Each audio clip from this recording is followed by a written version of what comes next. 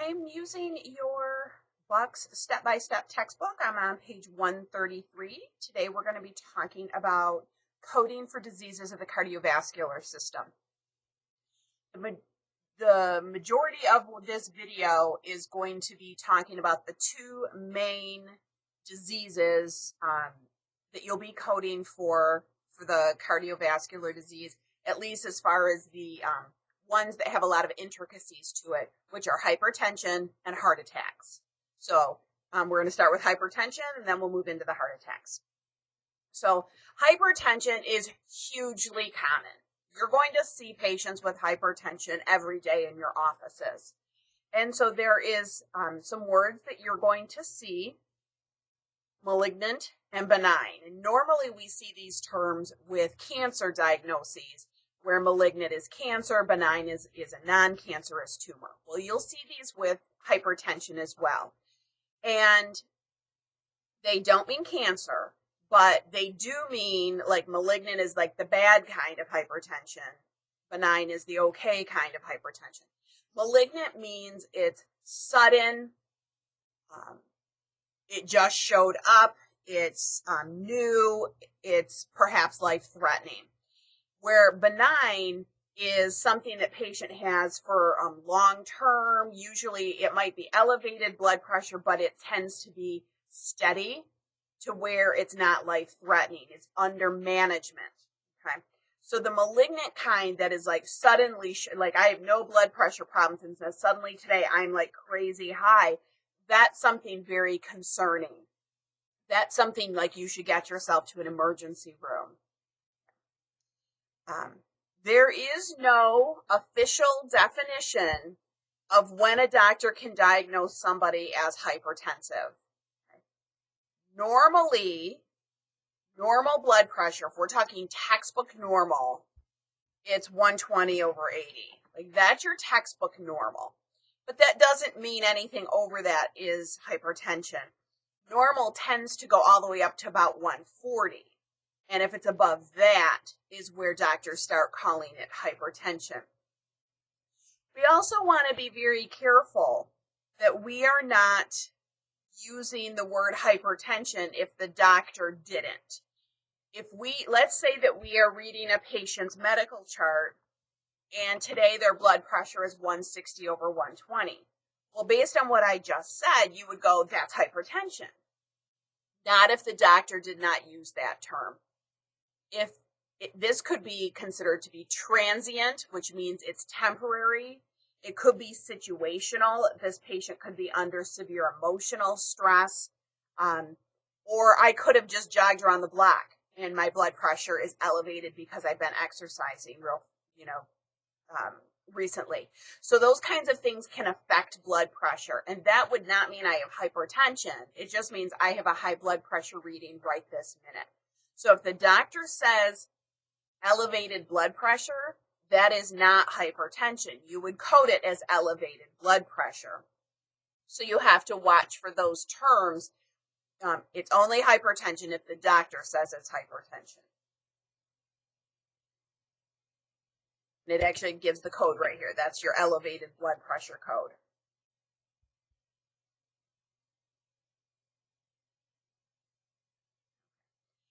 In your ICD book, so if you don't have it next to you, you'll want to pause the video and go get it because you're going to be looking up some things here.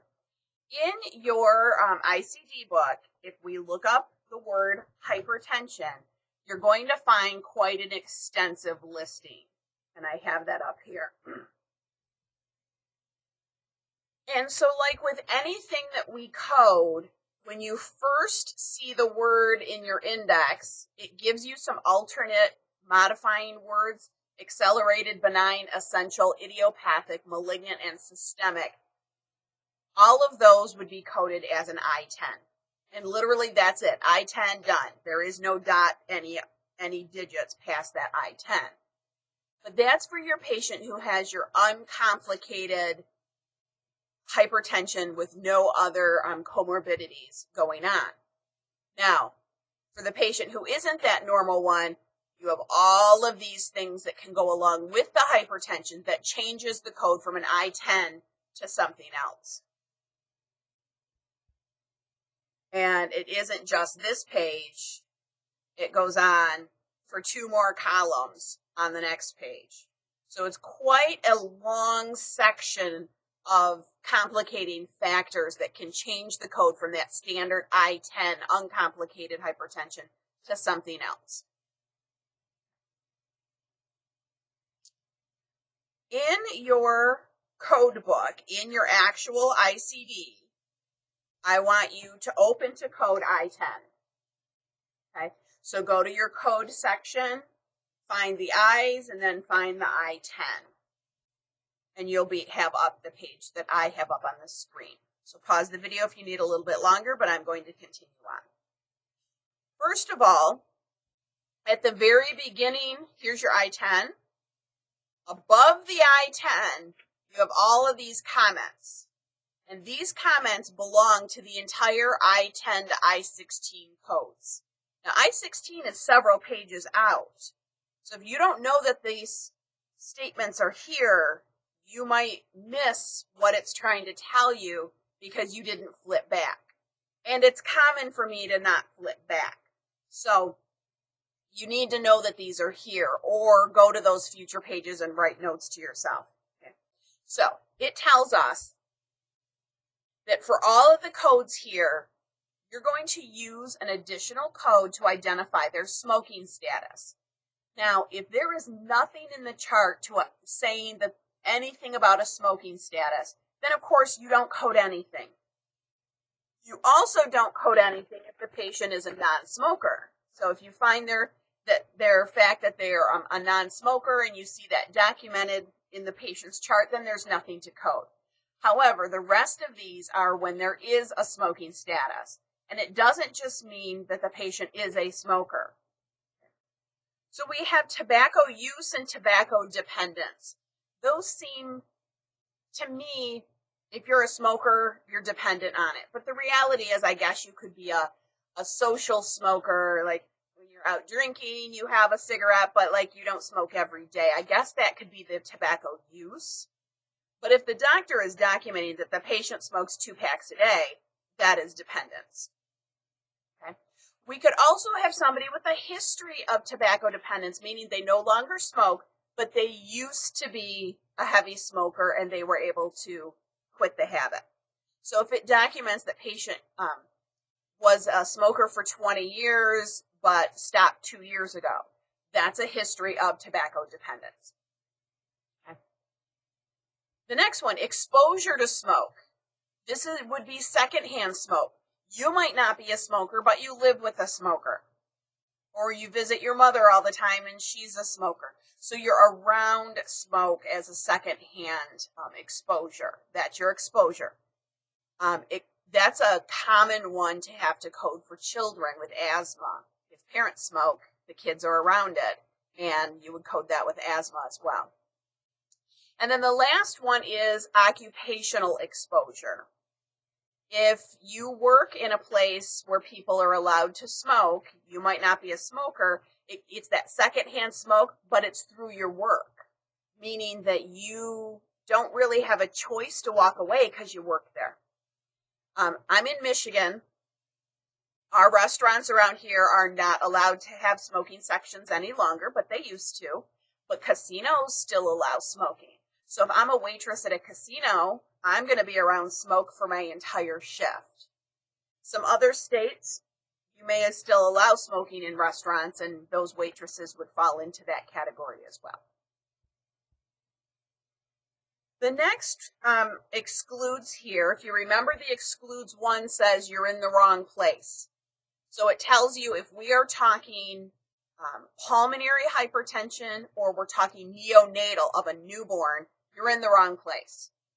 But as I said when I taught you the excludes one, you read it, you consider it, and you either listen to it or reject it. So we're going to say, nope, we're not doing neonatal. This isn't pulmonary hypertension, so I'm going to discard that comment. The excludes two, if you recall, means you might need a second code. And they're saying that if the hypertension is complicating pregnancy or childbirth, we need some more codes, and it tells you that you need something from the O section, which is your OB. Your pregnancy codes are all in those O's. So they're saying you need something from the pregnancy OB section in addition to the hypertension. Okay, so we got through those, and you'll see some more code alsos as we go through this. So that very first one I told you, the I-10, is your standard normal hypertension, okay? So it includes high blood pressure, hypertension, arterial, benign, essential, malignant, primary, systemic. It does not include, you're in the wrong place if it has to do with the mom being pregnant, and excludes 2 says you might need another code if this is hypertension involving the vessels of the brain or the vessels of the eyeball. It tells you some other codes that you might want to look at if that's what you are coding. So if our patient has normal, steady, high blood pressure, maybe they're on medication for it, and no other complicating factors, I-10, that's your code, you're done. With the exception of adding smoking status if you need to. But I-11 is called hypertensive heart disease. This means that the patient has hypertension with heart failure. So doctor has documented the patient's also in heart failure. So instead of I-10, we need to use I-11. And then we need another code to say what kind of heart failure. If they have heart disease, but it's not heart failure, maybe they have cardiomyopathy, mitral valve prolapse, they have some other heart diseases, but it's not heart failure, then you're going to use this I-11.9. Both of these need to actually add that smoking status if you have information and knowledge that the patient is a smoker. Okay, so, our patient doesn't have heart disease. Continuing on. The next section, I-12, is hypertensive kidney disease. Does our patient have kidney problems? Tells us any condition that you would code as an N18 to an N26, and they have hypertension together. Okay. So, we have several different stages of kidney failure. I'm going to actually jump to the kidney page to show you this one.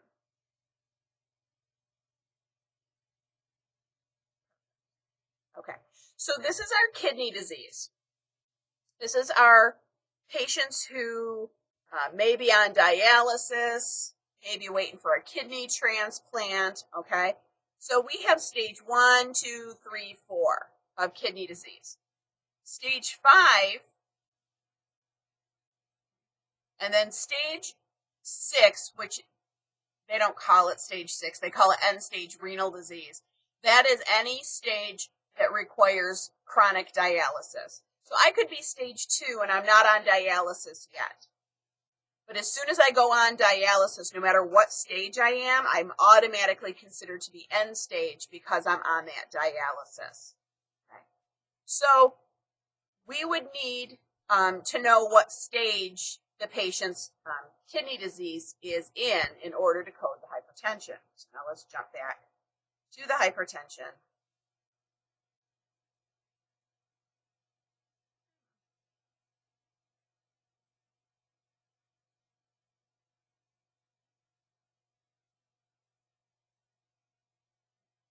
So, I-12 is your chronic kidney disease.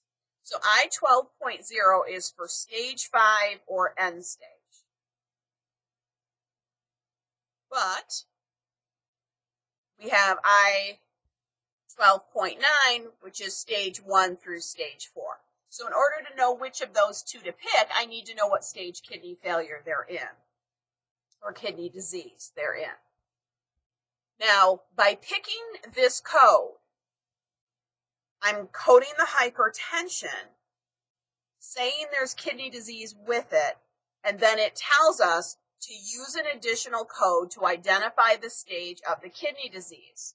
And that's the page I was just on, where it had the stage 1, 2, 3, 4.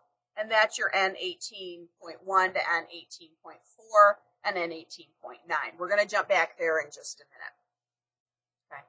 So we need this I12.9 and we need an N code to identify the stage of kidney disease. Okay. So now let's go look at the N codes because it tells you need even more. So N18, here's our choices of kidney disease.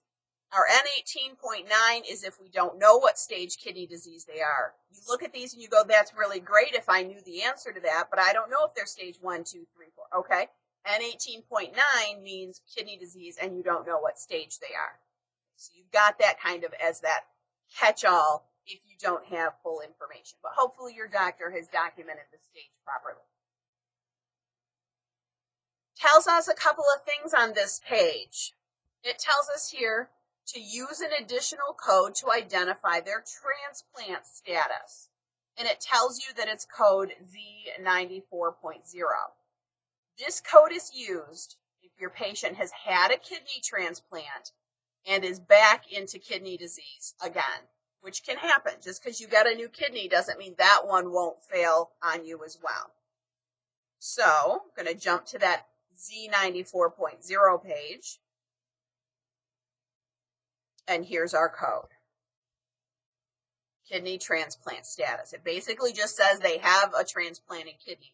And you can see there's codes for all different organs that you have may have transplanted. Lung, heart, liver, skin, etc. So we would tack that on if our patient is a previous transplant recipient.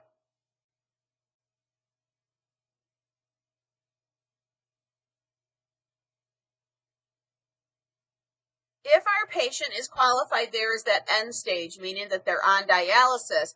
It tells us we need to add another code to identify and tell us that they are on dialysis. So that Z99.2 is your dialysis status. Jump to that code.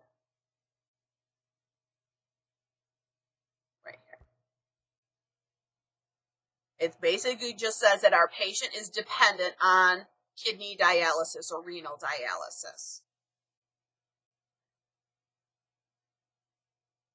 All right, so summing it all up and putting it together, we go back to the hypertension.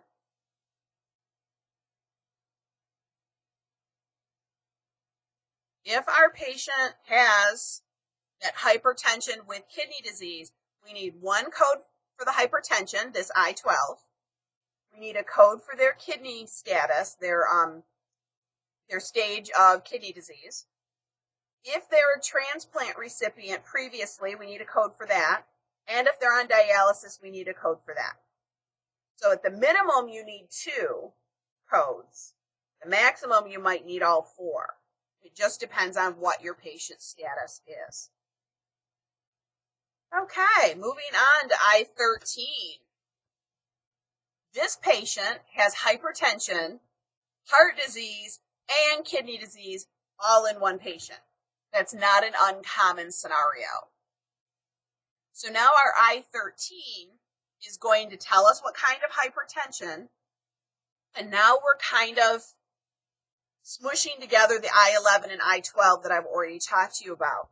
So we would need another code for the heart failure and another code for the kidney disease, including the dialysis status and the transplant status if it applies.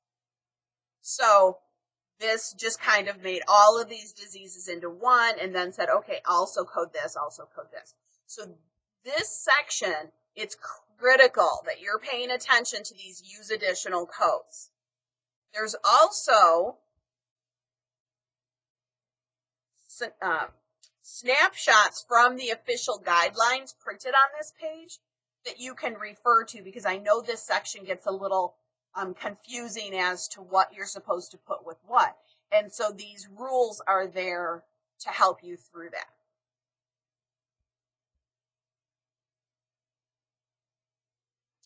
Okay, we're going to move on to the myocardial infarction, which is a heart attack.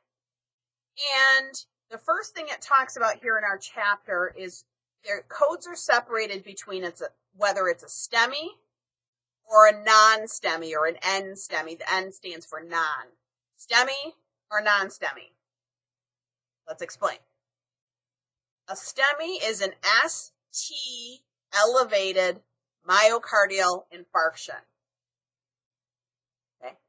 ST elevated. Okay, well, what does that mean?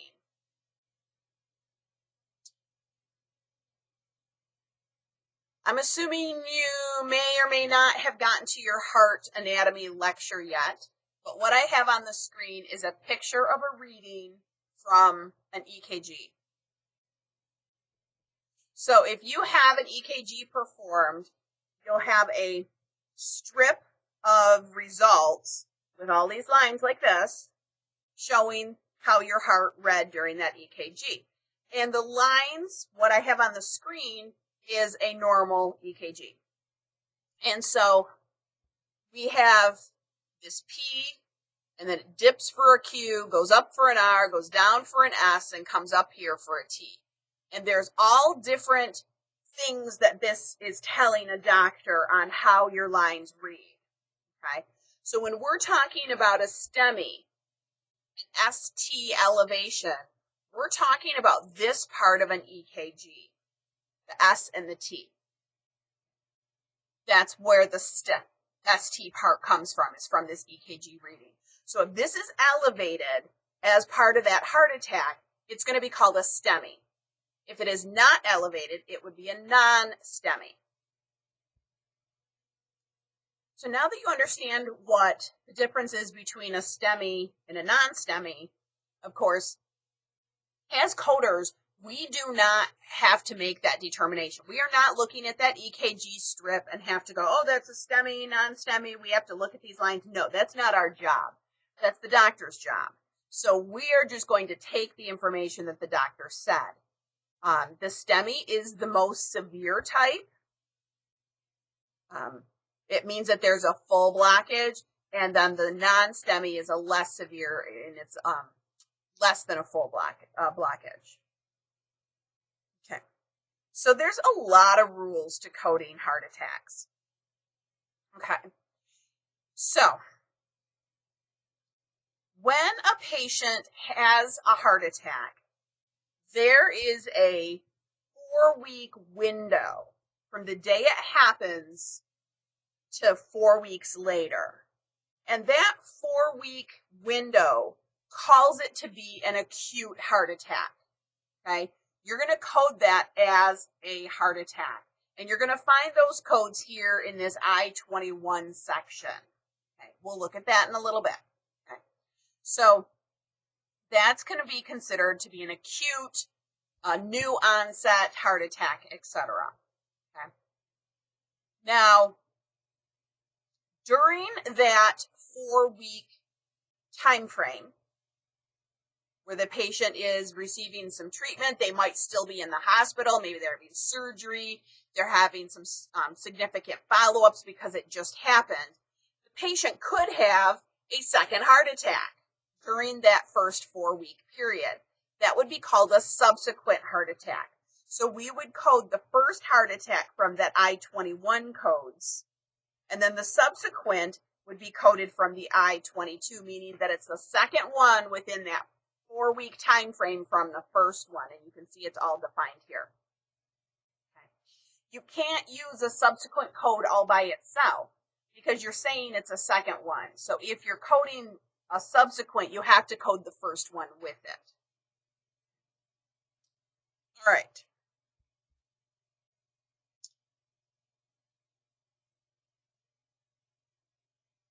There's the next set of the rules. There isn't one. Hold on. Let me find it. Okay, I had to find another reference for this section because it wasn't in the Buck's book. Okay, so once we are past that 4-week window from the heart attack, if we're still treating the patient or we're doing follow-ups and things like that after the fact, and we're past the 4 weeks, we call that to be an old myocardial infarction, sometimes called a healed myocardial infarction. It means that we're past the 4 weeks. It doesn't mean the patient doesn't need healthcare services, and it doesn't mean it's not still a significant diagnosis for the patient, especially if we're at the 5-week mark. That's still pretty recent. But once we have passed that, now this is when we are coding a past MI that was diagnosed, and the patient is not presenting with any new symptoms. So hopefully they're just here for follow-up care. Right? And that would be the old or the healed MI. Gives an example here. Don presents to the physician's office for a follow-up visit 6 months after an EKG showed that he had had a slight MI. The patient complains of no symptoms, and therefore we would code that as an old MI. Okay. We can code an old MI as far past the original heart attack as we want. If the patient is showing up into the emergency room 2 years later with chest pain. Sir, have you ever had a heart attack before? Yes, 2 years ago. We can code this. Now that new chest pain might be a new heart attack. It could be indigestion. It could be a panic attack. It might not be as hard at all, but it could be. So once we do the workup today in the ER, we'll know what his diagnosis is today and whether or not he has a new heart condition. Okay, so now I'm in your coding book, and I'm at the page for your I-21, which is the start of the myocardial infarctions. And again, it tells you to use an additional code for any smoking status. So that's true for heart attacks as well. And then it tells you that if it's an old MI or a subsequent MI, you might need additional codes. So it's just kind of a reminder that those things have special rules. And then we have our STEMI, and then we're going to go into our non-STEMI. One of the things with coding for heart attacks is that doctor has to designate which wall of the heart was affected by the lack of the blood flow. Which arteries were involved in the blockage. Okay, so you're going to be looking for some of these terms in your doctor's documentation.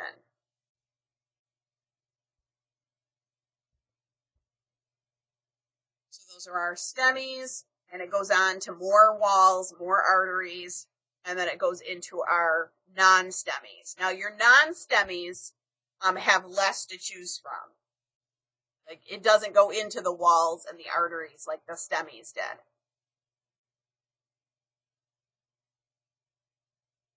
Then we have our subsequent.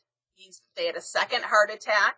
It gives you the definition that it's a heart attack occurring within 4 weeks or 28 days of a previous MI, regardless of site. So the second heart attack could be a different wall and a different artery, doesn't matter.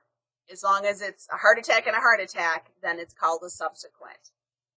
And then it gives you, again, different walls to have to choose from for which wall was affected by the condition.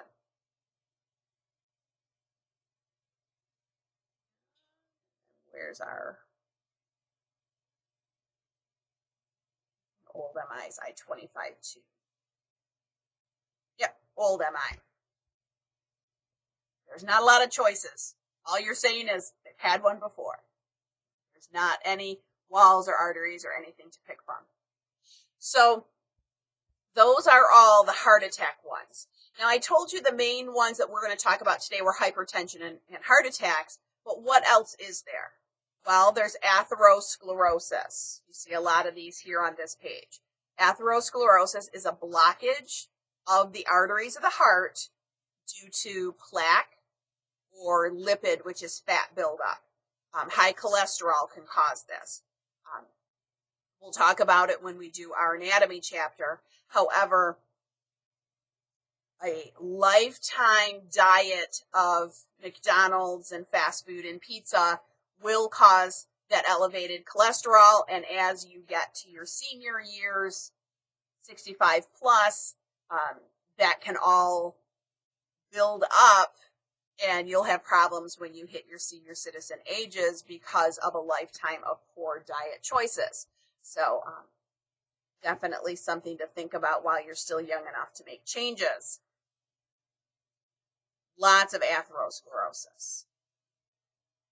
We have occlusions, we have ischemic heart disease, we have heart pain, you have valve issues, so there's lots of other kinds of heart conditions that you may code for. Okay, so let's get back to the right textbook. So I'm going to pause it for just a minute. I'm back into your Bucks textbook. I'm on page 138. We did not talk about secondary hypertension, I see. The secondary hypertension means that your hypertension was caused by another disease, that you have something that caused you to have that hypertension. And so the treatment typically is going to be directed at that other condition. And if we can fix or cure you of that other condition, then the hypertension probably will go away. Sometimes that other condition is not curable. It's something that you're going to have for the rest of your life, like maybe congestive heart failure or something. You're not going to cure that. All you can do is manage the symptoms, in which case, hopefully it manages the hypertension as well, or maybe you'll need to be on hypertension medication for that as well as the other condition. So this particular one that I highlighted, the patient has periarteritis nodosa, which caused a secondary hypertension condition. So congestive heart failure. So alphabetically in our book, what do you think we're going to look up? I heard everybody say failure, right? Hopefully. Okay.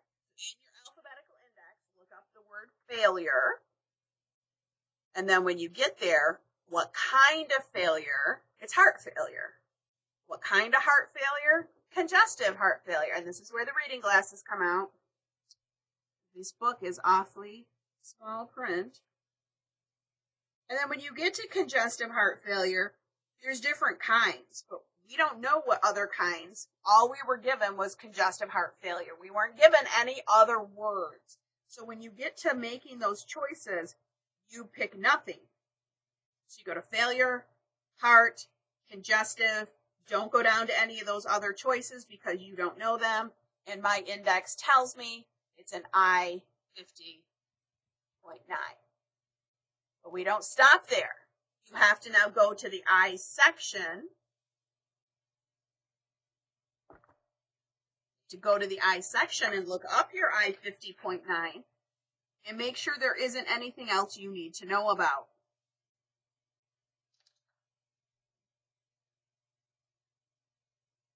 I can tell you back at the beginning of the I-50s, it tells you if it's due to hypertension, you need other things. If the patient's pregnant, you need other things. None of which is true for us in this question. So our I-50.9 is the accurate answer.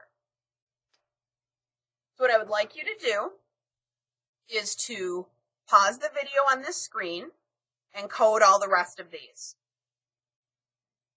And then when you've got them coded, restart the video and we'll go through the answers.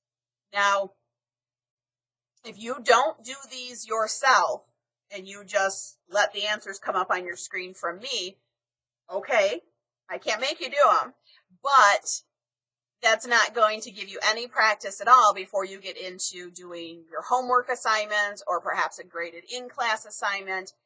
And then you're going to be a little lost because you didn't do any practice ones. So I highly suggest that you pause the video and code all of these yourself so that you get some practice. And if you did not get them right, that's okay. I find that you get more out of getting questions wrong than when you get them right. Because when you get them wrong, I want you to look at what I say is the answer and what you say is the answer, and compare the two answers. Why is the one I say a better choice than the one you came up with? And maybe you'll see why, what you might have missed, what you didn't consider, things like that. So it will get you better and better because you are analyzing where you went wrong. Don't just look at it and go, oh, okay, I got a couple wrong. Some people do that, but you're never going to improve your coding skills if that's how you look at it. Okay, so pause the video and restart it when you are ready. Okay, so if you've resumed the video, it means that you are ready to check your answers. So I'm going to go ahead and just bring up this screen because not only does it tell you what the codes are, it also told you how it was found in the alphabetical index. So if your answer is like, how did you find that? This is how it was found. So for the first one, we went to failure heart congestive. We did that one together. The next one, you would look up infarction and then subendocardial. Let me flip back. So that's this one. So you looked up infarction and then you looked up subendocardial as to what kind of infarction did the patient have. So the next one is the treatment for the hypertension. So we look up hypertension and the patient has secondary hypertension. And then you also need to code the periarteritis nodosa, which is saying you would find in the P's. The next one, infarction cerebral due to thrombosis cerebral artery. So we would start with infarction, then go to cerebral, and then due to the arterial thrombosis.